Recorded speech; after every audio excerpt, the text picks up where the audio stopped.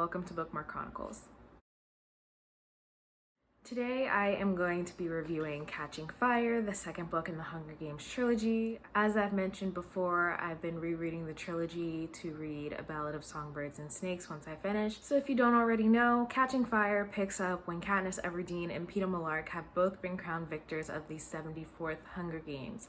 It is the first time in history that there have ever been two victors, and while it seems like everything's fine and good, it turns out that the Capitol is pretty pissed that they found a loophole to their games. Katniss returns back to District 12. She and Peta move into new houses in the Victor's Village, and things aren't really great for her. Peta's really not talking to her because he just found out that Katniss has been playing him this entire time.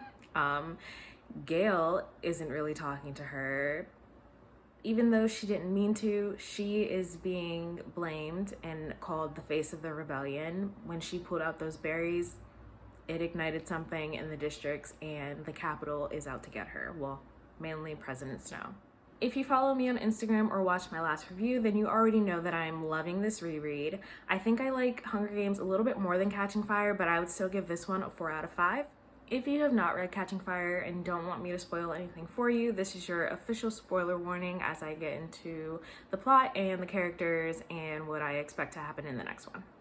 So again, I'll be starting with a run through of the characters, starting off with Prim. We get to see her a little bit more in this one, and she's definitely not just a scared little girl. She's actually really helpful when it comes to helping her mother tend to patients throughout the district. I think Katniss is still super protective of her, as big sisters normally are, but Prim is definitely holding her own. Next is Madge. I didn't mention her too much in my last review, and it's because I forgot that she sticks around. And even though she's still not much of a main character, she is very critical at certain points, bringing medicine to help Gail. And when Gail and Peta are both kind of keeping their distance from Katniss, she still has someone to talk to and to hang out with. I don't think Katniss really confides in her too much about what's going on, but the fact that she has someone to help occupy her time is nice. In the last review, I mentioned that I felt like Effie was more of a background character, and I think I feel the same way with this one. I know that she's important, I know that she's a part of the team, but when they're in the games, she's not mentioned very much. It's mostly Haymitch, since he's the sponsor and he's the one that can bring them things. So I kind of feel like Effie's importance really isn't translating as much in the books as it does in the movies. Next is Cinna, who you already know that I love. I think this time around it was really important that he kind of cracked down on the prep team and told them, like, you cannot cry in front of Katniss and have her console you when she's the one who's probably going to be dead by the end of this. Of course, he made a really huge statement when he transformed her wedding dress and turned her into a Mockingjay, and President Snow punished him for it. But having him beat up in front of Katniss right as she enters the games, I feel like that was a mistake on President Snow's part. He probably thought that would do more harm than good, but really all it did was add fuel to the fire. Like, now she's determined and she's ready to play the games. Next is Haymitch. I still think he's a dick, but I also still think that he is very good at his job as a mentor. Even though Katniss didn't really want allies and she was like, at first she's like, no, and then she says, well, I want Beetee and Wiress. This is like the only time that Katniss is not thinking strategically, and I think Haymitch really picked up her slack there. Giving Finnick his gold bangle was a smart move because Katniss probably would have tried to kill everybody and like not paid attention to alliances at all.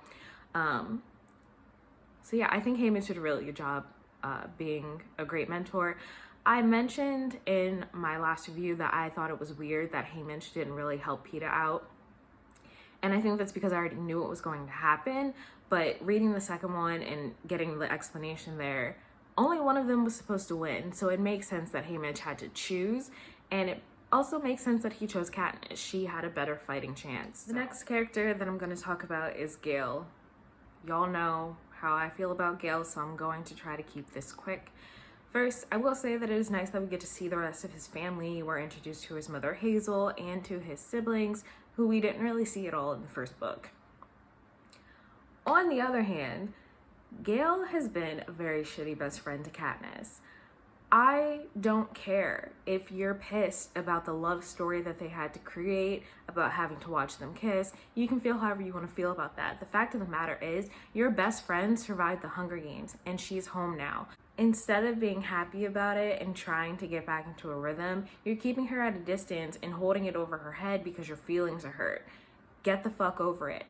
As I said in my video about tropes, just because y'all have been friends for so long does not mean that you're entitled to her. Whether she actually has feelings for Peta, whether you know it or not, it doesn't matter. The fact of the matter is she's here, she's alive, and you should be happy about it. She's also helping to feed your family because you're working like 14 hours a day, which has got to be hard, but you should still be thankful for that and be thankful that you have someone to help you with that. And I know he couldn't have known, but by kissing her, all he did was put a target on his back and endanger her life even more. And then there's that part when they're in the woods and Katniss gives him gloves that are fur-lined and he refuses them simply because he thought they were Peta's. Seriously, grow the fuck up and get over it. I know that I said I am 100% Team Peta, and I still am. I don't know if I misjudge Katniss's feelings for Gail or if I just don't feel like they're translating well to me, but the part where he's unconscious and she's sitting with him and she says something along the lines of, he's mine and I am his, I feel like she only said it because he had almost died.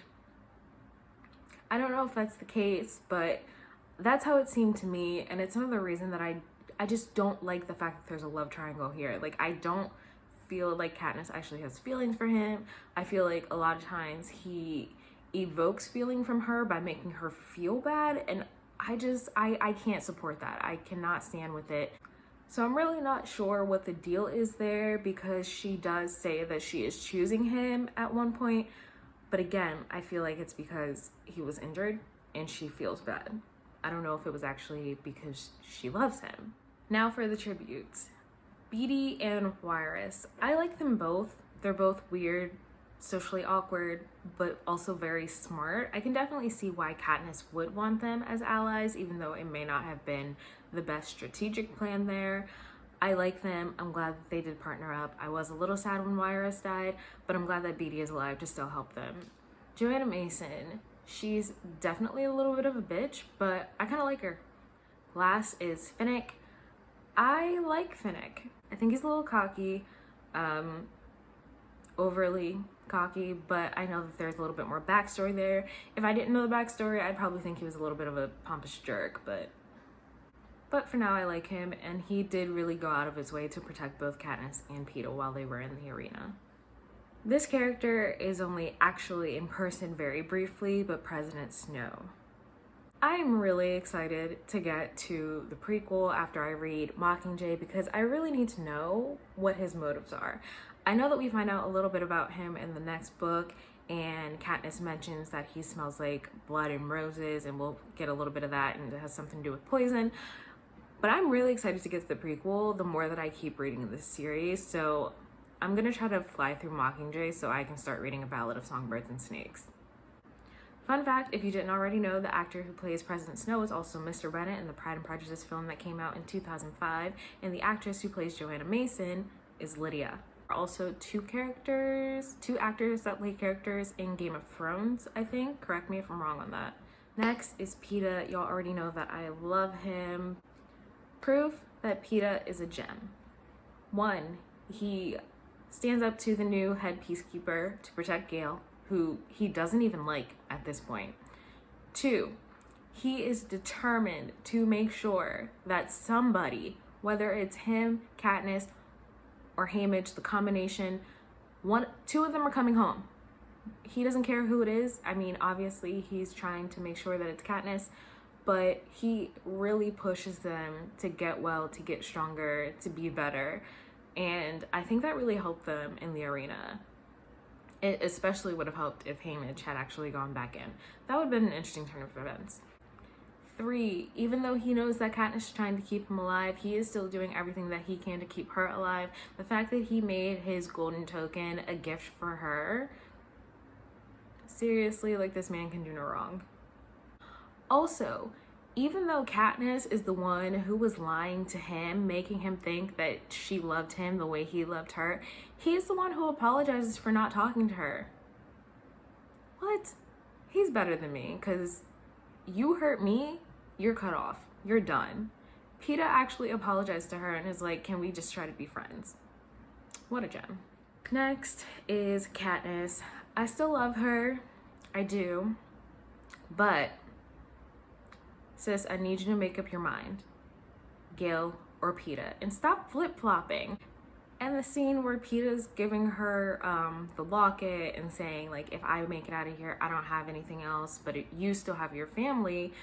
Again, they're getting close to the end of the games and they know that. And so in that moment, she's like, no, I need you, I want you. And she kisses him and she's having feelings.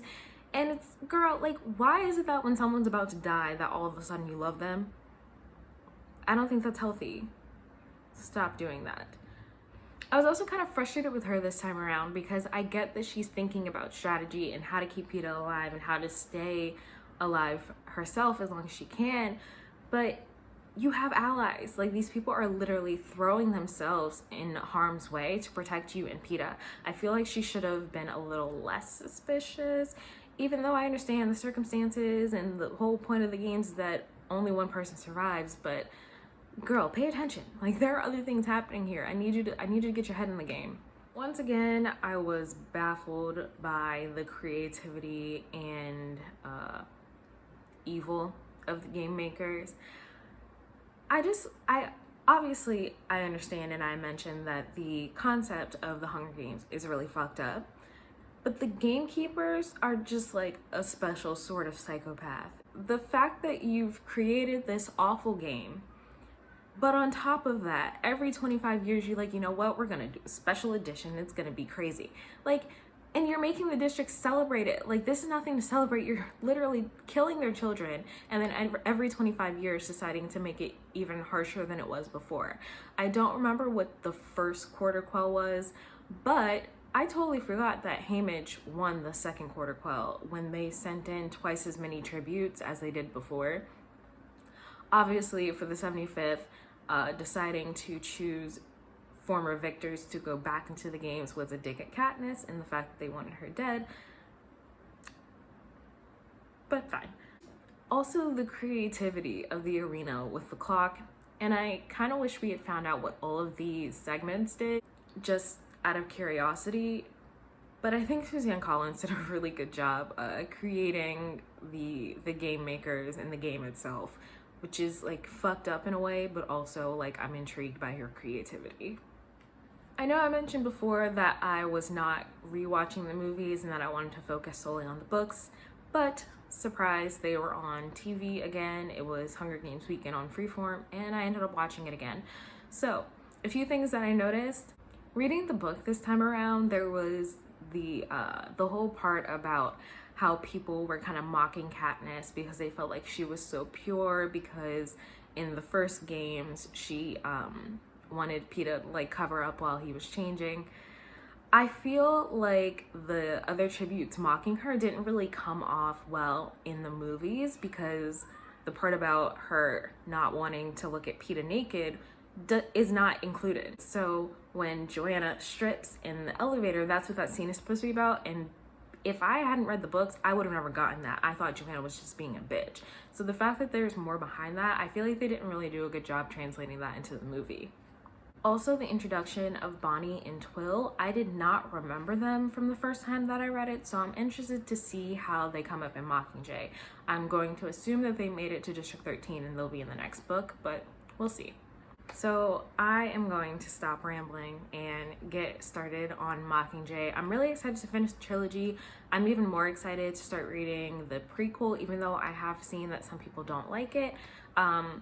If you've read it, tell me what you thought about it, but don't spoil anything. I am going to try to finish Mockingjay as soon as I can so I can get started on that. That's all I have for you. I'll see you in the next video.